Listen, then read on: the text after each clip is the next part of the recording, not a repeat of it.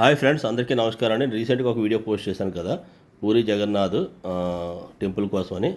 ఆ వీడియో కానీ ఎవరైనా చూడకపోతే కింద లింక్ ఇస్తానని మీరు చూడొచ్చు. అందులో మన గుడి మీద జెండాని ఎలా చేంజ్ చేస్తారనేది కూడా ఉంటుంది అందులోని. అది డీటెయిల్గా తీసాను, అది మీరు చూడొచ్చు. అక్కడి నుంచి మేము ఇండియాలోనే ఫేమస్ అయింది, వరల్డ్లో కూడా ఫేమస్ మన సూర్య భగవాన్ టెంపుల్కి వెళ్ళామండి. అదే కోణార్క్ టెంపుల్. అక్కడి నుంచి 35-40 కిలోమీటర్స్ అండి. మీ ఆటో మాట్లాడుకొని ఆటోతో వెళ్ళామాట. ఫుల్ ఆటో మీరు మాట్లాడుకుంటే 1200 రూపాయలు అవుతుందండి. వాళ్ళు 2000, 1800 చెప్తారు, కానీ మేము 2 ఫ్యామిలీలు కలిసి వెళ్ళామండి. ఇంకెవరు కూర్చోలేదు. 1200 రూపాయలు వర్త్ అనిపించింది. 300 రూపాయలు పర్ హెడ్ పడింది.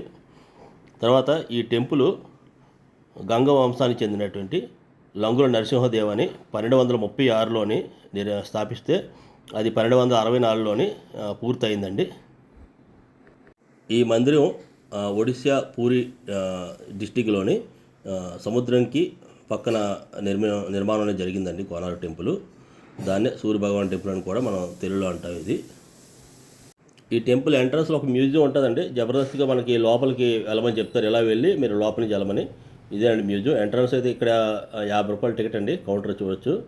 అంత అవసరం లేదండి. ఏమైనా తెలుసుకోవాలనుకుంటే వెళ్ళొచ్చు, లేదంటే లేదు. ఇది మామూలుగా టికెట్ కౌంటర్ అండి. ఆర్కియాలజికల్ సర్వే ఆఫ్ ఇండియా అండి.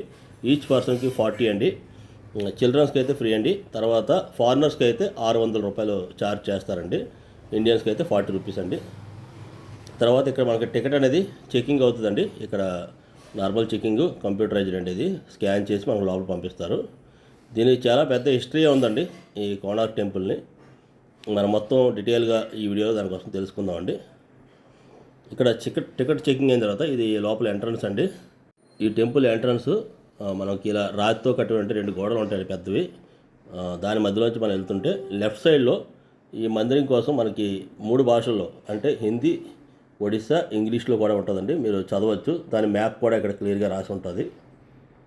ఈ మందిరంలోనే సూర్యభగవానికి ఉపాసన అనేది ఇక్కడ జరిగిందండి. ఈ మందిరాన్ని మనకి 7 గుర్రాలతోని రథం ఆకారంలో చెక్కడం జరిగిందండి. ఇక్కడ మీరు చూడొచ్చు, మందిరం యొక్క డయాగ్రామ్ మొత్తం ఇచ్చారు. తర్వాత 3 లాంగ్వేజ్లో చెప్పాను కదా, 3 లాంగ్వేజ్లో కూడా మీకు ఇక్కడ ఉంటుంది. మీరు క్లియర్గా చదవచ్చు. గైడ్ అది పెద్దగా అవసరం లేదండి. హిస్టరీ ఆల్రెడీ చాలామందికి స్కూల్లో కూడా మనకి ఇది సబ్జెక్ట్ కింద ఉన్నది. ఎంట్రన్స్ చూశారు కదా, 2 సింహాల టైప్లోని ఉంటాయండి రథానికి. కొన్ని డ్యామేజ్ జరిగాయి, కొన్ని మట్టుకు అలా ఉండిపోయండి ఇవి. ఇక్కడి నుంచి స్టెప్స్ చాలా హైట్గా ఉంటాయండి. మీరు ఒక స్టెప్ ఎక్కి 2 స్టెప్లు నడిచిన తర్వాత మళ్ళీ ఎక్కవలసి వస్తుంది. ఇది స్టెప్స్ చాలా హైట్ పెట్టారు ఇక్కడ. ఇది మెయిన్ బేస్మెంట్కి వచ్చామండి. కింద నుంచి చూస్తే మనకి మంచి అనుభూతి కనబడుతుందండి. ఒకసారి మీకు తిప్పి చూపిస్తాను. చూశారు కదా, ఇలాగా ఒక సొరంగం టైప్ లాగా మనకి కింద నుంచి పైకి రావడానికి అయితే తోవ ఉందండి. ఇది మందిరానికి ముందుండే మండపం టైప్ అండి ఇది. దీంట్లోనే మనకి శిలాశాసనాలు చెక్కారు కదా, చాలా అద్భుతంగా ఉంటుంది. ఇన్ని సంవత్సరాలు అయినప్పటికి కూడా ఇవి చెక్కు చెదరకుండా అలా ఉన్నాయండి. అప్పుడు ఆర్కిటెక్చర్ కూడా చాలా గ్రేట్ అండి. ఇప్పుడు అప్పట్లో ఎటువంటి క్రెయిన్ సహాయం లేకుండా కూడా ఇంత పెద్ద రాళ్ళను తీసుకొచ్చి ఇలా శిల్పాల కింద చెక్కి పెట్టారండి. చూడవచ్చు. ఇది కొత్తగా తయారు చేసినట్టయితే ఎంత అద్భుతంగా ఉండేవో. ఇన్ని సంవత్సరాలు అయినప్పటికి కూడా ఈ రూపాలు కానీ ప్రతిమలు కానీ చాలా క్లియర్గా ఉన్నాయండి. ఇక్కడ చాలామంది ఫొటోస్ తీసుకుంటారు.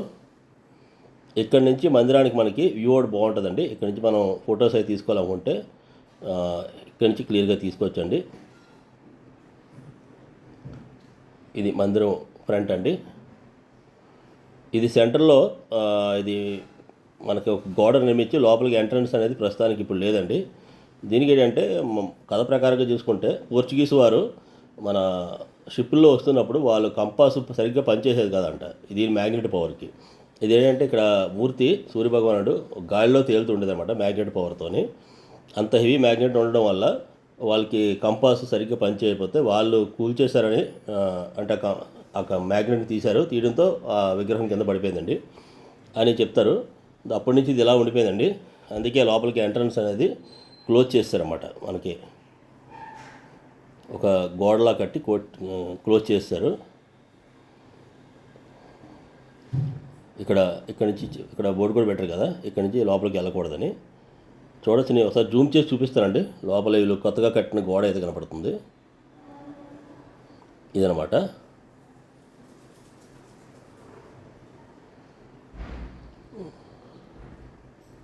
ఇంత వెయిట్ ఎటువంటి కాలమ్స్ లేకుండా అంత మజబూత్గా ఎలా ఉందన్నది, గట్టిగా ఎలా ఉందన్నది ఆ రోజుల్లో ఆర్కిటెక్చర్ మనం అర్థం చేసుకోవచ్చు.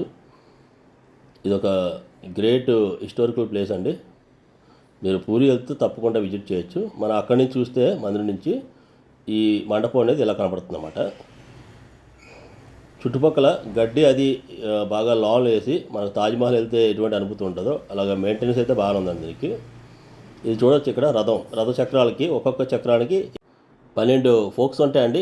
ఇది ఎండాకాలంలో మనకి సన్లైట్ పడినప్పుడు 12 గంటలు అయితే కరెక్ట్గా సెంటర్ దాని మీద, 1 గంటకి అయితే 1 గంట దాని మీద ఇలాగ నీడ పడుతూ ఉంటుందండి. ఇది ఇప్పటికీ కూడా మీరు కరెక్ట్గా ఎండ ఉన్నప్పుడు వెళ్తే అది కరెక్ట్గా షాడో అనేది పడుతూ ఉంటుంది. ఈ సూర్యభగవాన్ టెంపుల్కి ఇది బేస్మెంట్ అనేది చాలా హైట్గా ఉంటుంది. చూడొచ్చు కదా, మీకు చూపిస్తున్నాను. ఈ ఫోక్స్ అండి ఇవి. వీటి మీద ఎండ షాడో అనేది కరెక్ట్గా పడుతుంది అనమాట. ఆ రోజు కొంచెం మబ్బుగా ఉండడం వల్ల మనకు షాడో అనేది కనపడలేదు. నేను ఇంతకు ముందు ఒకసారి వెళ్ళానండి, అప్పుడైతే క్లియర్గా అబ్జర్వ్ చేయొచ్చు మీరు. ఇక్కడ చాలామంది ఫోటోగ్రఫీ తీసుకుంటారు. ఇది రథ చక్రానికి సేల్ వేసినట్టుగా క్లియర్గా ఉందండి. ఇలా చూడండి ఎంత నీట్గా ఉందో. ఈ హైటు కనీసం 20 ఫీట్ హైట్ ఉంటుందండి. ఈ బేస్మెంట్ హైటే. ఆ పైన మందిరం అనేది నిర్మించారన్నమాట. మందిరం మీద చాలా శిల్పాలు అనేవి చెక్కి ఉన్నాయి. మీకు ఒకసారి అన్నీ జూమ్ చేసి చూపిస్తాను. చూడొచ్చు ఆర్కిటెక్చర్ అనేది ఎంత గ్రేట్గా ఉందో. కొన్ని శిల్పాలు అయితే శిథిలావస్థలోకి వచ్చాయి. ఇక్కడ ఒక మనిషి ఆకారంలోని ఉంది. ఇది ఒక సింహం అంటండి. నేను వేరే యాంగిల్లో కూడా దాన్ని చూపించడం ట్రై చేస్తాను. ఇది మందిరికి లెఫ్ట్ సైడ్ నుంచి అండి. చూడొచ్చు ఈ పైన ఒక సింహం ఆకారంలో ఒక పిల్లని బొమ్మ ఉందండి. గోపురం హైట్ అయితే చాలా ఎక్కువ అండి. ఇటు పక్కన సింహాలు కొన్ని ఉన్నాయండి. ఇది లెఫ్ట్ సైడ్ నుంచి అండి. రథచక్రాలు అయితే చూడొచ్చు, బ్యాక్ సైడ్ కూడా రథచక్రాలు ఉన్నాయి. ఇక్కడ కూడా మనకి టైం కోసం చాలామంది వచ్చి ఫొటోస్ అయితే తీసుకుంటూ ఉంటారు.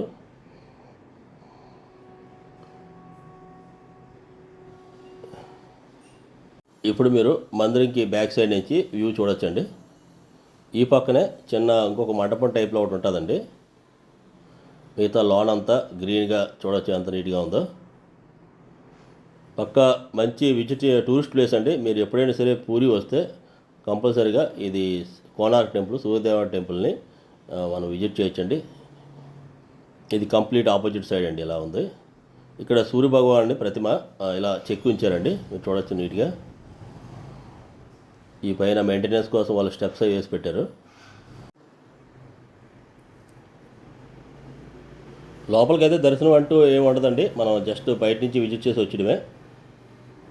మీరు కనుక సూర్యదేవాలయం టెంపుల్ కోనార్క్ వెళ్ళి ఉంటే నీచే కామెంట్ చేయండి, కింద కామెంట్ చేయండి. ఈ వీడియో కానీ నచ్చితే please subscribe my channel, support me.